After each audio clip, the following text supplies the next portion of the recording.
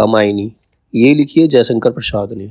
जयशंकर प्रसाद के बारे में जानते हैं। जयशंकर प्रसाद का जन्म 30 जनवरी सन 1890 30 जनवरी 1990 में काशी के सराय गोवर्धन में हुआ था।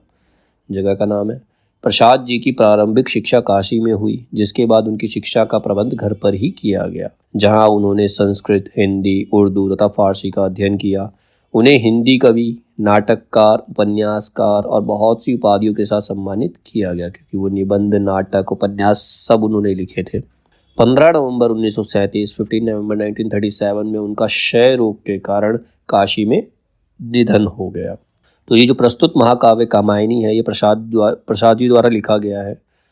ये कामायनी द्वारा प्रसाद जी ने वैदिक कथाओं का अनुसरण कर छायावाद युग में प्रलय के बाद मनु और श्रद्धा का विवरण कर चिंता से आनंद तक मनुष्य के समस्त भावों का जिक्र किया है। मतलब ये जो कामायनी में है, कामायनी उन्होंने वैदिक कथाओं का सहारा लिया। उसमें मनु है जो अपने सामने पूरी प्रलय होते हुए देखता, सब कुछ खत्म हो जाता है उसके सामने, तो वहाँ चिंता से शुरू होता है।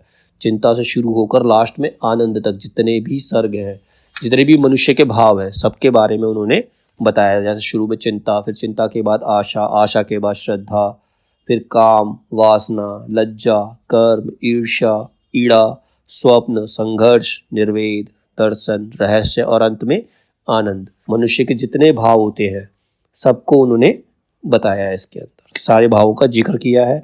कामायनी को तुलसीदास द्वारा रचित रामचरितमानस के बाद दूसरा महाकाव्य माना जाता है। मतलब सबसे बड़ा महाकाव्य जो है वो रामचरितमानस है, जो तुलसीदास ने लिखा है। उसके बाद दूसरा जो महाकाव्य माना जाता है वो कामायनी माना जाता है, जो जयशंकर प्रसाद ने लिखा है।